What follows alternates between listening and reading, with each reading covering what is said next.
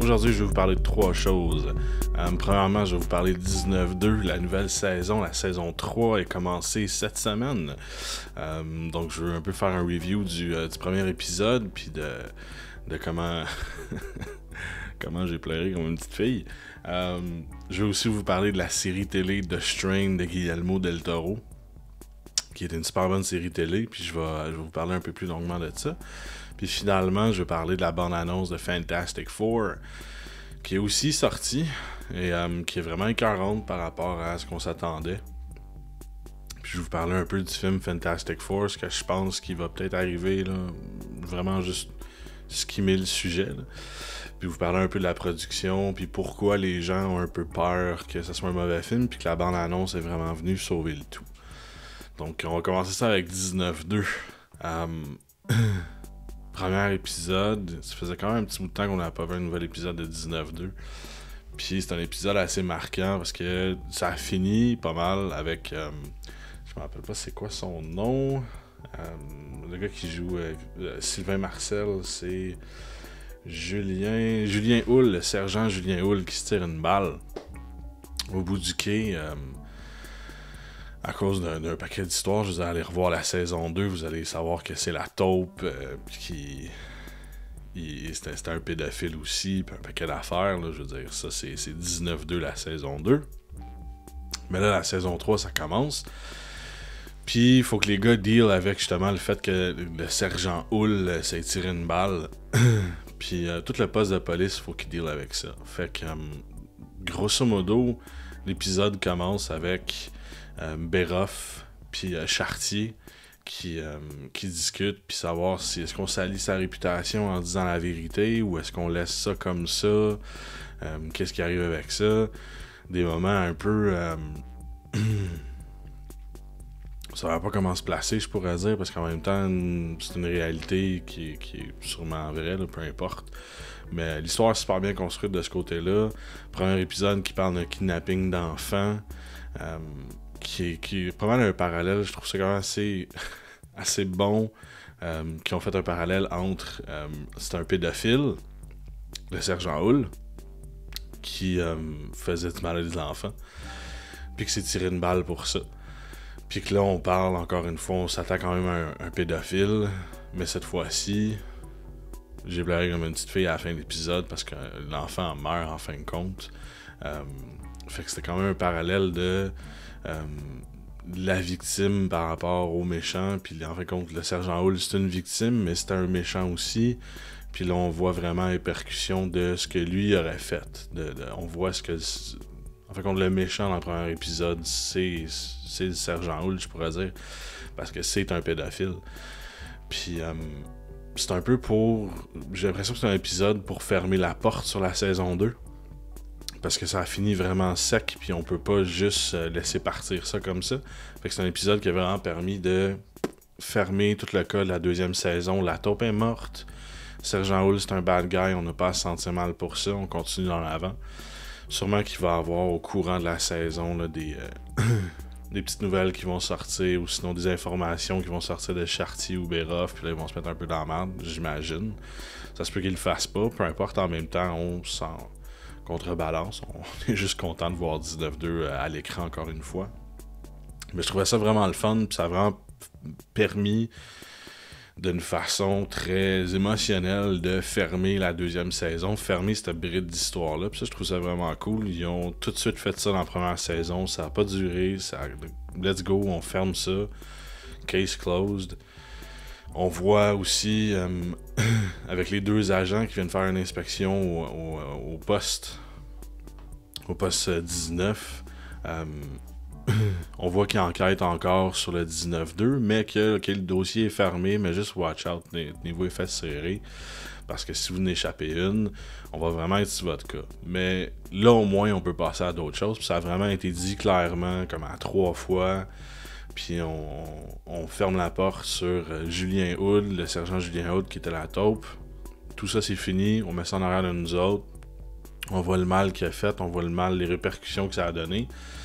À ce temps, on peut passer à d'autres choses. En même temps, ça a permis de fermer la ligne d'histoire de Beroff, là, où ce qui se sentait mal pour son partner, que ça faisait des années qui était hospitalisé, puis qui était mort à cause qu'il avait reçu une balle dans la tête. Tout ça, c'est fini, c'est terminé. Beroff passe par-dessus maintenant. Chartier en a fait sa mission. Donc, tout ça, c'est terminé. Puis, chose que j'ai vraiment aimé, c'est que l'épisode, en même temps, se fait un petit callback à la 2e saison. T'as les agents de la SQ qui viennent pour parler à Chartier, pour s'assurer qu'il... parce qu'ils l'utilisaient en fin de compte là, pour découvrir c'était qui la taupe, puis vraiment ils ont pris avantage de lui. Puis on voit que ça va continuer, fait qu'il va avoir vraiment... oui, c'est terminé la saison 2, mais les gens qui ont été mis en place pour construire l'histoire sont encore présents. Fait que ces gens-là vont encore être utilisés, la SQ va encore faire partie de l'histoire, le sergent détective, tout le monde va faire encore partie de l'histoire, puis ça va être vraiment... D'après moi, ça va être une belle saison, une saison un peu plus fraîche. Là, on va finir en fin de compte c'est fini, là. Ce qu'on a vu auparavant. Ces brides d'histoire-là sont terminées, sont arrivées à terme. Puis on va commencer dans une nouvelle saison, ce qui veut dire une nouvelle intrigue, une intrigue qui est neuve, à vrai dire, qu'on va, j'imagine, dans les 2 prochains épisodes, savoir ça va être quoi le nouveau problème au 19. Ça risque d'être vraiment intéressant. Puis... je veux vraiment faire un gros nod aux acteurs dans cette série-là qui prennent vraiment leur rôle à cœur. Puis c'est vraiment... la série, elle serait vraiment poche si les acteurs seraient pas aussi bons que ça dans leur série. D'où vient vraiment, je lève mon chapeau aux acteurs québécois. Réal Bossé, Claude Legault... il y en a un paquet là, qui sont écœurants là-dessus. Benz Antoine, juste la petite affaire où il dit à son capitaine qu'il peut pas retourner, il peut pas reporter de gun à cause de ce qui s'est passé. Ça s'étire pas dans le dialogue, puis le jeu entre les 2 acteurs est vraiment merveilleux. C'est quand même assez rare qu'on voit du bon jeu comme ça, puis c'est extrêmement bien dirigé. La série est vraiment, vraiment merveilleuse. J'ai pas écouté la série anglophone qu'ils ont faite, qui se passe, je pense, à Toronto, avec encore plein d'acteurs québécois, dont Benz Antoine, qui joue aussi dans la série anglophone. Mais j'ai pas écouté. Je préfère ne pas l'écouter jusqu'à temps que 19-2 meurt de sa belle mort. Parce que c'est pas les mêmes histoires, c'est pas les mêmes personnages, puis je veux pas me dire... pour moi, dans ma tête, à un moment donné, je vais vraiment décrocher. Si je me dis, sais-tu, je l'aime mieux dans la série en anglais, ce personnage-là, je trouve qu'il a fait une meilleure scène dans cette série-là. Fait que je veux pas essayer de comparer. Si j'écoute les deux puis j'essaie de les comparer l'un à l'autre, ça va se faire automatiquement. Là. Je veux dire, même sans le vouloir, vous allez commencer à comparer.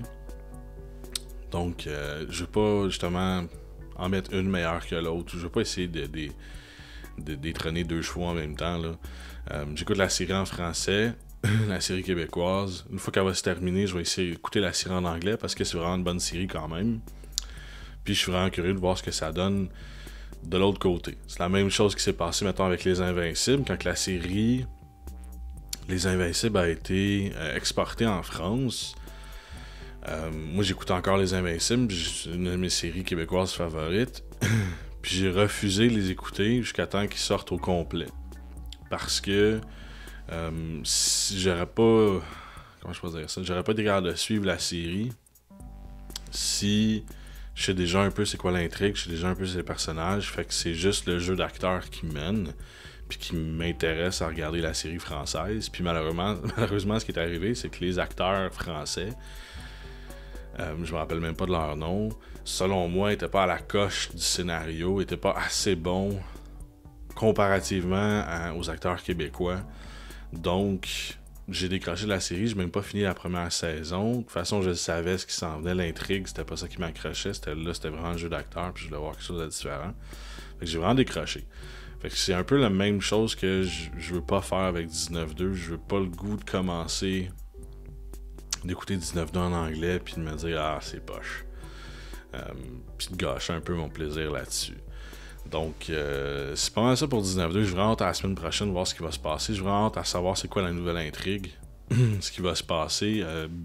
Beroff aussi dans la scène finale là, où il donne les patates frites aux prisonniers. Là.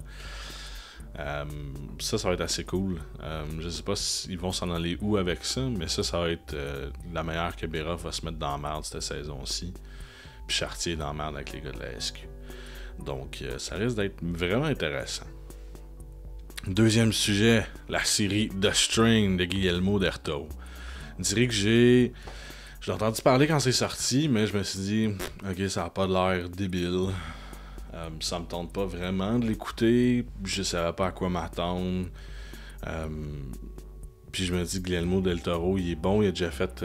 C'est lui qui a écrit les livres. C'est 3 livres. Ça fait partie d'une trilogie qui est The Strain, The Fall. Puis je me rappelle pas c'est quoi l'autre. Mais c'est déjà des livres qui ont été écrits. Puis c'est une histoire originale de Guillermo del Toro. Il a décidé de l'adapter à l'écran. Il voulait en faire au début des films, mais il a décidé d'en faire une série télé américaine. Bravo pour ça en passant, ce qui est une super belle série. Ça traite... en fait, c'est une histoire de vampire. C'est ça qui est vraiment cool parce qu'il y a 2 approches à cette série-là. Il y a l'approche très méthodique puis scientifique qu'on suit le personnage de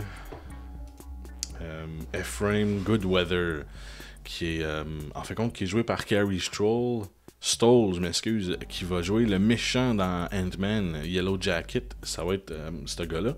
Super bon acteur. Je l'avais rarement vu dans des films avant. C'est la première fois que je le vois dans un rôle un peu où il y a du jeu pour... Justement, il y a de l'interprétation à faire, il y a du jeu dramatique à faire. Puis vraiment un acteur qui est casse, qui est vraiment un bon acteur. Fait que j'ai comme un peu...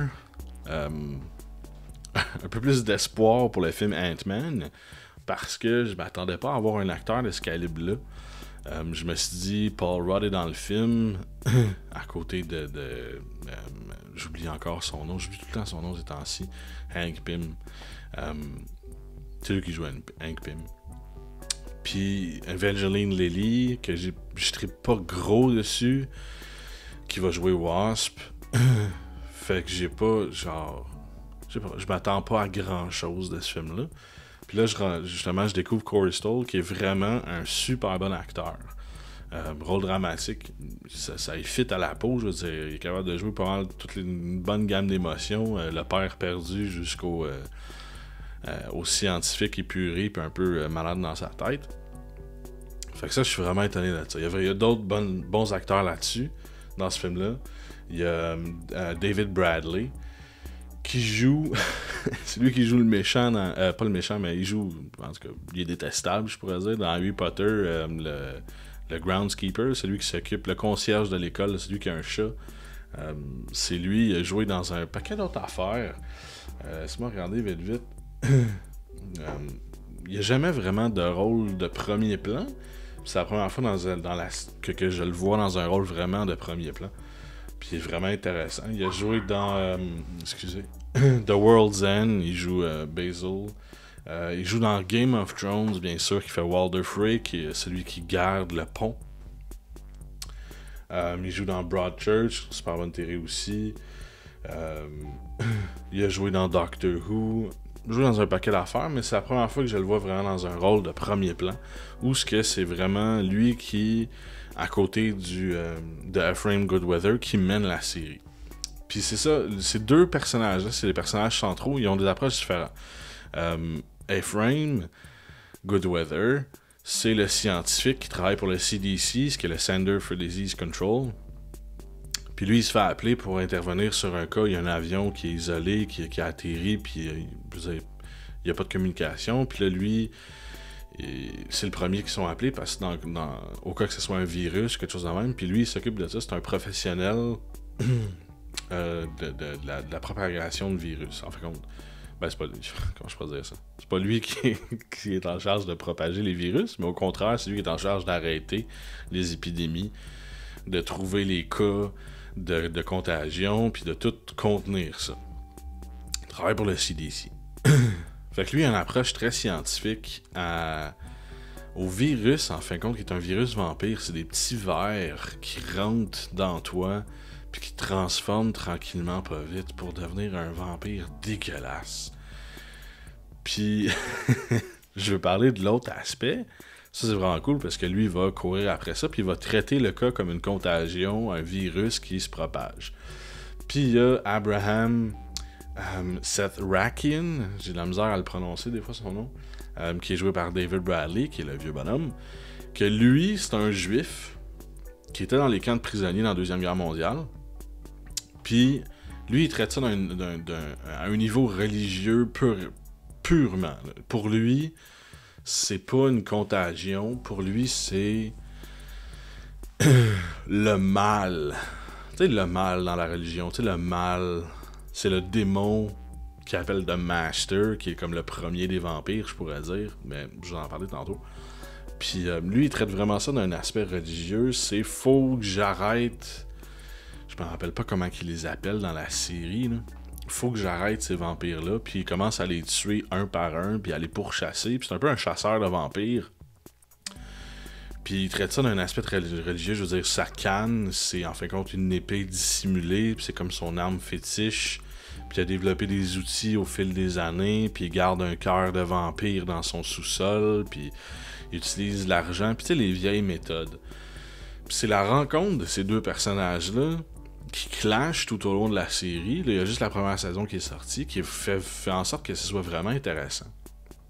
Parce que c'est... Peu importe si vous vous trouvez à dire « Ah, moi je suis plus du côté scientifique » ou « Ah, je suis plus du côté religieux », vous allez trouver votre compte dans cette série-là. Parce que les deux côtés sont explorés à fond la caisse par ces deux personnages-là. Pardon. Fait que je trouve ça super intéressant d'avoir deux approches à une même épidémie, je pourrais dire, à un même problème. En même temps, on sait pas trop où se placer parce que c'est pas clair si c'est une contagion, si c'est vraiment un virus ou si c'est juste un truc religieux. Mais en même temps, qu'est-ce qu'on découvre au fur et à mesure de la série, au cours de la série, c'est que c'est vraiment les deux. C'est que le Master, qu'on entend parler souvent au courant de la série, c'est lui qui a commencé ce virus-là. C'est comme le Patient Zero, là, c'est le premier cas. Puis lui propage ce virus-là partout. On sait pas si c'est un alien, on sait pas d'où ce qui vient, on sait pas si c'est une souche de maladie ancienne, on sait pas c'est quoi. On le voit à quelques reprises dans la série, puis c'est un gros dude vraiment épeurant, qui est joué par un acteur acadien, en plus c'est super comique, qui joue dans Sherlock Holmes, le premier film de Sherlock Holmes, là, le grand acadien là, qui parle français dans le film, c'est lui, qui joue The Master. Puis fait que ça, c'est vraiment un clash des deux qui nous fait dire, puis ça tire d'un bord puis de l'autre, fait qu'on sait jamais où se placer. Si, ok, bon, mais en fin de compte, c'est peut-être plus un problème de religion, puis il a raison de vouloir choper la tête de tout le monde. Après ça, on découvre d'autres informations, puis on dit, ah, ok, c'est peut-être l'autre qui a raison. Il devrait peut-être traiter ça comme un cas d'épidémie. Puis c'est super intéressant, je vais pas vous donner de gros spoilers. De comment ça se développe et comment ça se dévoile, mais moi j'ai vraiment apprécié cette tangente-là. En même temps, il y a le Dr. Goodweather qui est en train de vivre un divorce, une séparation avec son fils, fait qu'il veut protéger son enfant, il aime encore sa femme, fait qu'il veut protéger sa femme, fait qu'il y a encore, tu sais, la bonne vieille télé, je pourrais dire, là, où on voit un monsieur qui est un peu déchiré entre son travail, la bonne cause, puis sa famille. Puis c'est le fun de voir aussi que Abraham Sethrakian, pour lui, il est déjà passé par là. Fait qu'il agit un peu comme un mentor. Puis il essaie de bien conseiller le Dr. Goodweather. Parce que pour lui, il a déjà vécu ça, cette contagion-là. Ça fait longtemps qu'il essaie de pourchasser puis de mettre fin à ça. Fait qu'il essaye un peu de le mentorer, mais ça va à l'encontre de ce que le docteur, justement, lui, dans sa tête, c'est un scientifique qui peut réduire. Fait que ça va à l'encontre de ce que lui connaît. Fait que c'est super intéressant. Il y a aussi des super bons acteurs dans cette série-là que je vais mentionner comme ça. Kevin Durand, moi je le trouve magnifique. On le voit dans pas grand-chose. On l'a vu dans Resident Evil. C'est lui qui joue Barry Burton. On l'a vu dans... Wolverine Origins, film dégueulasse. Puis il jouait The Blob dedans, ce qui est le gros tas tout mou là, qui fait de la boxe. Il a joué dans quelques autres films, je vais vérifier vite vite, il a joué dans quoi? Pas grand chose. Il a joué dans Real Steel, I Am Number 4, il a joué dans Noah. Je me rappelle même pas de lui dans Noah. Il joue dans Vikings. À part ça, une couple de petites affaires comme ça. Winter's Tale, super bon. The Mortal Instruments, City of Bones. Yeah. Il a vraiment pas toujours sa place dans tout ce qu'il fait. Parce que c'est un gars qui est vraiment grand, qui est vraiment fort. Qui est shapé comme un bœuf. Mais c'est pas un acteur débile. C'est pas un acteur profond. Mais c'est un super bon acteur dans les rôles qu'on lui demande. Je veux dire, quand on lui demande de faire quelque chose, il le fait très bien. Dans la série de Strain, il joue un exterminateur pour la ville. Puis il découvre tranquillement pas vite, justement. Lui, c'est un peu chasseur de rats pour la ville là, de New York. Puis tranquillement pas vite, on découvre un peu son personnage. Puis c'est un gars qui est très carré dans sa tête. Puis c'est un gars qui, une fois qu'il est confronté à cette épidémie-là, prend pas le côté religieux, prend pas le côté scientifique, mais prend le plein milieu. Peu importe ce que c'est, lui, il veut régler le problème, puis il est comme ça, ce personnage-là. Puis il est très bien fait, puis Kevin Durant le joue à merveille, puis je pourrais pas demander mieux comme acteur pour jouer ce rôle-là. Puis moi, je trouve ça magnifique. Il y a d'autres acteurs qui battent de l'aile un peu, mais ceux qui battent de l'aile, je vais pas en parler. Parce que ça me sert à rien de parler d'eux autres. Des bons acteurs aussi qu'il y a là-dedans. Il y a Sean Astin qui est pas là super longtemps. Pour des raisons que je veux pas dire. Spoilers. Mais c'est lui qui a fait Sam Gamgee dans Lords of the Ring. Là, tout le monde pète sa coche puis personne ne veut vouloir regarder la série. C'est un super bon acteur, man. Il a fait Rudy aussi. Il a fait plein de bons films. C'est vraiment... Sean Astin, c'est vraiment un bon acteur. Arrêtez de bitcher. Le personnage de Sam Gamgee dans Lords of the Ring, c'est pas Sean Astin qui en a fait un personnage poche. À la base, Sam Gamgee, c'est un personnage poche. Sean Astin l'a super bien joué. C'est un gars qui joue tout le temps le super bon vulnérable. Puis moi, je l'adore, cet acteur-là. Il est super bon. Là. Un autre que je voulais mentionner, c'est Richard Sammel. Lui, il me fait triper rare. Vous l'avez sûrement vu dans Inglourious Basterds. Il joue dans Casino Royale. Il joue dans... ah, c'est quoi le nom? Avec Jean Dujardin, voyons, l'espion poche, là. C'est quoi le nom de ça? Laisse-moi une petite seconde, je vais trouver ça vite. Ah, je m'en rappelle pas. Pas du tout, puis je le vois même pas ici. On va remonter. OSS 117. Il joue un Allemand dans le premier OSS 117.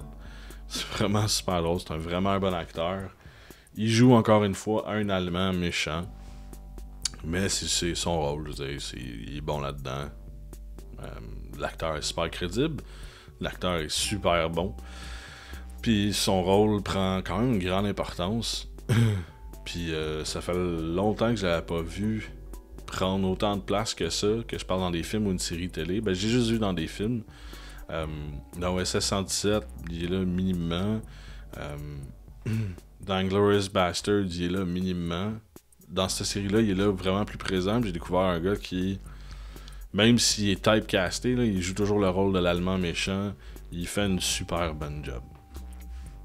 Un autre qui est à mentionner, c'est Jonathan Hyde, qui joue un millionnaire. Rien de voyer, mais il joue un millionnaire mourant. Puis c'est un acteur assez débile. Puis je suis content de voir que... Puis j'en parlais avec Mademoiselle Popcorn. Je suis vraiment content de voir que lui il veut devenir un vampire. C'est ça un peu sa motivation. Parce qu'il est en train de mourir, la vie éternelle, patati patata. Puis je suis content de voir que justement c'est un film où que les vampires sont pas juste beaux et fins, puis que c'est pas tragique, puis c'est pas genre le romantique, puis c'est pas une belle chose d'être un vampire sucer du sang, là. Puis je suis content de voir que pour une fois, c'est pas une petite fille ou justement c'est pas des petits adolescents qui sont visés par ça. C'est vraiment... Là, on parle de l'immortalité, puis à la base, un vampire, ce que c'est que c'est un être qui est immortel, qui vit la nuit, mais qui est puissant, qui a une jeunesse éternelle. Fait que ça l'attire. Pourquoi? Moi, j'ai jamais compris pourquoi ça l'attirait les jeunes, là. Mais je comprends énormément pourquoi ça peut attirer des personnes d'un certain âge. Puis c'est exactement ça qui se passe là-dedans. Puis ça, je trouve ça vraiment cool parce que ça a été pas souvent exploré. À part peut-être dans Indiana Jones, ça fait la même, mais c'était pas une affaire de vampire, on a parlé d'immortalité. Mais c'est vraiment l'immortalité de la chose qui est vraiment cool. Puis je suis vraiment content de voir que cet aspect-là est exploré, surtout avec un acteur de qualité comme ça. Il a joué dans Titanic, il a joué le chasseur dans Jumanji. Il a joué dans La Momie. Je me rappelle même pas ce qu'il fait dans La Momie, mais il a joué dedans. Il a joué dans un paquet de films. Ancient Rome, c'est une mini-série qui était vraiment écœurante. Il en a fait des millions. Là, je veux dire, je sais même pas combien de films il a à son actif. C'est un acteur qui est débile. Pour les autres, c'est des bons acteurs. Ils ont leur place, il y en a des poches. Mais ça, c'est comme dans toute série télé, là, je veux dire, des acteurs de différents niveaux. Là. Mais ceux-là, c'est vraiment ceux qui sont... Ça vaut la peine de les mentionner, parce que c'est vraiment des rôles superbes qu'ils ont, c'est vraiment des bons acteurs, super bien interprétés. Ça, je suis vraiment content pour ça. Fait que, côté histoire, on a tiré vraiment les deux, c'est par des super bons acteurs, c'est vraiment cool. L'histoire se développe assez lentement au début, mais on arrive à peu près après, je dirais 3, 4, 5 épisodes, on arrive dans le bon sujet, là. Puis là, après ça, on décroche pas, puis c'est vraiment... Là, ça devient une bonne série. Mais les premiers épisodes sont un peu lents, donc laissez-vous une chance d'écouter peut-être les 5 premiers épisodes. Parce que ça se développe pas super vite au début, mais une fois que c'est engrangé, une fois que les roues commencent à tourner, là, ça devient super intéressant. Puis là, on veut en apprendre plus. Puis toute une tangente à la fin. On commence à voir The Master émerger, puis on sait pas encore c'est quoi son plan. Puis là, on commence à rencontrer d'autres vampires qui ont pas rapport dans l'histoire, qu'on sait pas ce qu'ils font là. Puis c'est ça qui est intéressant, on nous dit pas ce qu'ils font, ils sont là, on est conscient de ça. Ils parlent à certaines personnes, mais tu sais, ils jouent encore dans l'ombre. Mais on a aucune idée c'est qui, on a aucune idée ce qu'ils font là. C'est ça qui devient intriguant. Guillermo del Toro, il y a une belle façon. C'est lui qui le produit, c'est pas lui qui le dirige par contre. Mais il y a une belle façon. Il a supervisé le script. Là. De toute façon, c'est son livre. Mais il y a une belle façon de tourner les histoires pour... On vous donne les bribes d'informations, mais on vous le dit pas. Parce que moi, ça m'énerve quand on essaye de justifier un personnage dans une intrigue ou dans un suspense. Non, man, justifier ton personnage, c'est le pointer du doigt puis dire lui, il faut qu'il fasse de quoi. Non, c'est ça qui est intéressant. Les personnages sont là, on sait pas trop ce qu'ils font. Puis c'est ça qui mène le suspense, puis c'est ça qui trame l'intrigue, parce qu'on veut savoir pourquoi ils sont là, puis qu'est-ce qu'ils font là, puis t'es qui, puis ok, comme ils vous donnent des bribes d'informations, mais on sait pas, ça se relie à quoi, c'est du côté religieux, c'est du côté scientifique, on est un peu perdu, mais c'est ça qui est intéressant, parce que c'est un peu... Ça se passe dans une épidémie, tu sais. Fait que c'est la contagion, c'est la panique, puis on voit une belle progression au début, tout le monde est un peu à l'ordre, puis dans leur monde carré, puis plus ça va, plus la contagion se propage, plus il y a de malades, plus il y a de vampires, plus toutes les barrières descendent, là. On commence à réaliser qu'il y a des gens qui sont là pour des raisons, puis ça c'est vraiment le fun, puis la série est vraiment bien bâtie. C'est pas mal ça pour The Strange, je dirais. Allez vraiment voir, allez louer ça, allez la télécharger, allez sur iTunes, peu importe. Allez vous trouver cette série-là, c'est vraiment magnifique, c'est vraiment le fun. La saison 2 va s'en venir cet été. Puis là, dans la saison 2, on est dans l'épidémie totale. Il y a des vampires partout, c'est chaotique, c'est merveilleux. Puis c'est pas une série justement de vampires classique, là. C'est pas je te mords le cou puis tu deviens un vampire si je te tue pas. Non, c'est une série de Nosferatu. Puis ça, c'est la grosse différence parce qu'un Nosferatu, c'est un vampire. Ben, c'est pas des vampires aux cheveux, puis toute la peau blanche, puis sont beaux, ou qui rayonnent dans le soleil. Fuck off. C'est une série où les vampires sont dégueulasses. Puis les vampires ont une grande langue qui va s'attacher au cou du monde. Puis ils sont pas là pour vous donner, vous faire 2 petits trous. Là. Ils sont là pour vous manger. Puis ils sont là pour se propager. Puis ça, c'est merveilleux de voir vraiment un retour à la chose bestiale du vampire. Lâchez-moi le Dracula, là. J'ai écouté Dracula Untold récemment, là, une autre histoire de vampire. Mais poche, là! Écoutez jamais ce film-là, vous avez aucune raison d'écouter ce film-là. On retourne vraiment dans The Strain à le grit du vampire, ce qui est vraiment, genre, c'est une bête sombre qui est là pour voler ton sang, man. Il n'y a rien de plus dégueulasse pis d'épeurant que ça. Puis il y en a partout, puis il y a certains vampires qui ont plus la capacité de penser, puis sont un peu comme des zombies, puis il y en a d'autres qui l'ont, puis c'est vraiment cool comme série. Allez écouter ça. Dernièrement, je veux parler de Fantastic Four, puis la bande-annonce de Fantastic Four qui est sortie récemment. On va aller sur le site web de Puffcorn, qui est puffcorn.com, allez voir dans la section blog, vous allez trouver la bande-annonce. Super bonne bande-annonce, qui est un peu à la Interstellar. Puis là, je vais faire un comparatif des deux. Si vous savez pas c'est quoi Fantastic Four, je cache pas pourquoi vous écoutez mes vidéos. Mais Fantastic Four, les 4 fantastiques, t'as Reed Richards qui est l'homme élastique,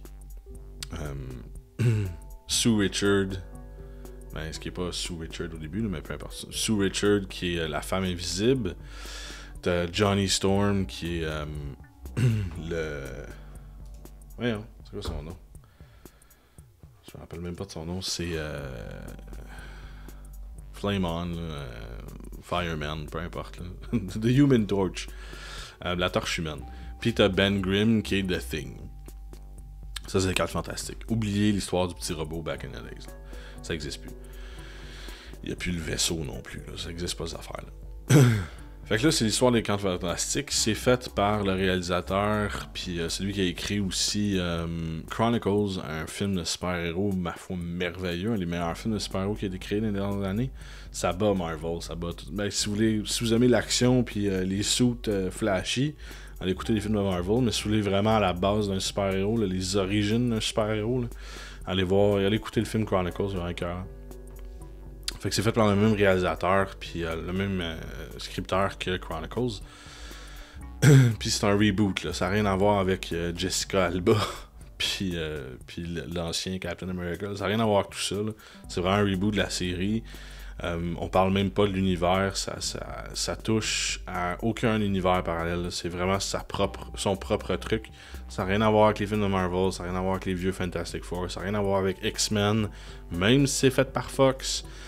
Ça n'a rien à voir. C'est vraiment son stand-alone film, là. C'est tout seul dans son coin. Puis c'est ça qui est merveilleux parce qu'ils n'ont pas besoin d'expliquer quoi que ce soit. Puis là, ça va être les 4 fantastiques qui vont aller dans ce que j'ai pu voir la bande-annonce, là. Parce que je suis un gros nerd puis je connais pas mal d'affaires sur Fantastic Four. Quoique, je suis sûr qu'il y a des gros nerds qui en connaissent plus que moi. Fait que ce qu'ils ont l'air de faire dans la bande-annonce, c'est d'aller dans le Negative Zone. Ce qui est une zone, un Pocket Universe qu'ils appellent, qui a été découverte par Reed Richards back in the days. De ce qu'on peut voir dans la bande-annonce, c'est découvert quand il était jeune. Puis ça, c'est un peu un univers parallèle. Ben, dans les bandes dessinées, c'est carrément ça. Là. C'est une espèce de monde de destruction où il y a des ennemis, puis il y a des créatures, puis il y a un paquet d'affaires. À l'origine, Fantastic Four acquièrent le pouvoir quand ils vont dans l'espace avec Doctor Doom puis la grosse patente. Mais là, ça a l'air, selon ce que j'ai vu, que ils vont acquérir le pouvoir dans la Negative Zone, qui est un peu le premier voyage dans la zone négative. Puis ça, je trouve ça super intéressant parce que c'est un take propre au film. Dans la BD, ça n'a jamais été expliqué comme ça. Puis là, je suis content, justement, j'avais une conversation récemment avec l'OHP concernant le matériel original, puis justement le rebranding, le rehashing d'un film. Même si c'est tiré de la BD, on peut ignorer la BD complètement, puis juste faire sa propre histoire au cinéma. Puis ça, c'est quelque chose de super intéressant, parce que Fantastic Four vend, je pense, 24 000 copies de BD par année. On avait fait le calcul, puis c'est à peu près 0,0006% des billets de cinéma vendus pour aller voir un film comme ça. Là. Fait que c'est genre, ils n'ont pas besoin de tenir compte de la bande dessinée, parce que ceux qui lisent la bande dessinée Fantastic Four, c'est 0,0006% de ceux qui vont aller voir le film. Fait que c'est vraiment minime. Puis je pense que Hollywood commence à catcher que ok, on n'a pas besoin de vraiment, en fin de compte, plaire aux gros nerds, parce que les gros nerds vont pas vraiment voir nos films, ou vont aller les voir anyways pour nous bitcher dessus, mais que ça n'a pas une grosse influence sur les ventes de billets. Le fait que ça soit un bon film, ça a une influence sur les ventes de billets par contre. Puis je pense que c'est là qu'ils sont mis le doigt dans l'œil avec l'ancien Fantastic Four, puis Ghost Rider, puis les anciens X-Men. Quoique ça a été super populaire, mais en même temps ça a été de la grosse merde. Puis la série a planté tranquillement pas vite. X-Men Origins est dans le même bain, c'est de la grosse merde. Puis je pense que justement Hollywood commence à apprendre de ses erreurs, puis commence à se rendre compte que hey, ça on fait juste un bon film, on prend les personnages puis on fait un bon film, on s'inspire de la bande dessinée au lieu d'essayer de faire une histoire qui a déjà été faite en bande dessinée, on s'inspire de ça, on fait notre propre film. Puis ça a l'air vraiment que c'est ça qui se passe dans Fantastic Four. Puis ça fait longtemps qu'on attend une bande-annonce. Le film, ça fait 2 fois qu'il est retardé. Ça fait 2 fois qu'ils postponent la date de sortie. Ils sont allés en reshoot avec des acteurs principaux pour refaire certaines scènes. Ça, normalement, ça l'indique des petits problèmes au niveau de la production. Ça veut dire que on a un script, parce que quand tu fais un film, tu fais 3 histoires en fin de compte. L'histoire que tu écris, l'histoire que tu shootes, puis l'histoire que tu fais au montage, c'est pas toujours la même affaire. Parce que ce que tu écris, tu essaies de shooter ce que tu écris, mais c'est toujours une version, une variation différente. Puis au montage, tu essaies de faire ce que tu as shooté, mais c'est toujours une variation différente. Fait que tu reviens avec souvent les mêmes actions, mais 3 intentions très différentes, parce que ce que tu as écrit, c'est peut-être pas passé comme tu le voulais à la caméra, fait qu'au montage, tu peux peut-être essayer de faire d'autres choses. Puis essayer de l'arranger différemment. Puis quand un film va en reshoot, ça veut dire qu'une fois rendu au montage, ils ont réalisé qu'il y a des trucs qui ne fonctionnaient pas. Fait que c'est peut-être un problème qui est commencé dans le script, mais normalement, c'est pas un problème de script, c'est vraiment un problème de tournage. Ce qu'on a tourné, on s'est fié sur le script pour tourner quelque chose, ne fonctionne pas finalement au montage. Fait qu'on part en reshoot. Puis Fantastic Four est allé en reshoot pendant une période d'1 mois, ce qui est vraiment beaucoup, surtout pour une production qui est quand même assez grande. Elle n'est pas aussi importante que la plupart des films, là, mais c'est une production quand même assez grande. Fait que ça indique certains problèmes. Puis le fait qu'on n'a pas vu d'image, on n'a pas vu de teaser trailer, on n'a pas entendu parler. Tout ce qu'on a... Puis là, t'avais les gros nerds qui rageaient en arrière. Ah, ben là, c'est tous des jeunes, puis Ben Grimm, c'est un petit, puis il est pas costaud, puis comment qu'il va faire pour justement devenir un gros monstre de pierre. Puis Sue Storm, qui est Sue Richard, la femme de Reed Richard dans la BD. Sue Storm, c'est supposé être la sœur de Johnny Storm, mais là c'est un noir l'acteur, puis elle c'est une blanche, fait que là ça marche pas, ils peuvent pas être frères et sœurs, puis il y a vraiment eu des gros problèmes parce que les gros nerds sont mis à chialer. Puis je suis un gros nerd qui chiale, puis vraiment moi j'essaie de moins chialer sur ces affaires-là parce que j'ai pas raison de chialer en fin de compte, parce que justement faites quelque chose. Tu sais, ils chialaient pas quand ils ont fait les films de X-Men, mais le résultat final était vraiment médiocre selon moi. J'ai pas chialé quand ils ont fait Wolverine, puis qu'ils ont pris Ryan Reynolds pour faire Deadpool, puis quand j'ai vu dans bande-annonce, j'étais comme ça va être malade, mais en fin de compte c'était de la grosse merde. Fait que j'ai pas raison de chialer, parce qu'on m'a prouvé dans le passé que quand ils ont fait ce que moi je demandais, ça a donné de la merde. Fait que là, ils ont pas fait ce que le public voulait, ils ont pas fait ce que les gros nerds voulaient, puis ça a vraiment... Encore une fois, selon la bande-annonce, parce que le film n'est pas sorti, ça a vraiment donné un beau style une belle image. D'après moi, ça va être quelque chose d'assez deep. Ça sera pas humoristique, ça va être une histoire de héros qui ont des super pouvoirs. Fait que je pense que ça va vraiment être un bon film parce qu'on retourne à la base de ce qui est un super-héros, ce qui veut dire un héros en soi même. Puis il faut qu'il y ait des motivations, il faut qu'il y ait des raisons pour qu'un héros devienne un héros. Puis le fait qu'il y ait des super-pouvoirs, c'est un ajout, ça. C'est son arme, c'est ça qu'il utilise pour se défendre, c'est ça qu'il utilise pour combattre, c'est ça qu'il utilise pour peu importe. Fait que ça, c'est quasiment en troisième plan, tu sais. Ça vient pas vraiment interférer dans l'histoire. Faut vraiment que ça soit bâti à la base. Faut que ça soit un héros, puis un film héroïque. Puis c'est pour ça que j'ai vraiment espoir, parce que le film Chronicles tournait à la base sur des jeunes qui ont des pouvoirs, puis qu'est-ce qu'ils font avec. Puis c'est 3 jeunes qui se retrouvent à avoir des pouvoirs, tout le même pouvoir similaire. Puis il y en a un qui devient méchant, un qui devient très neutre, puis un qui devient gentil.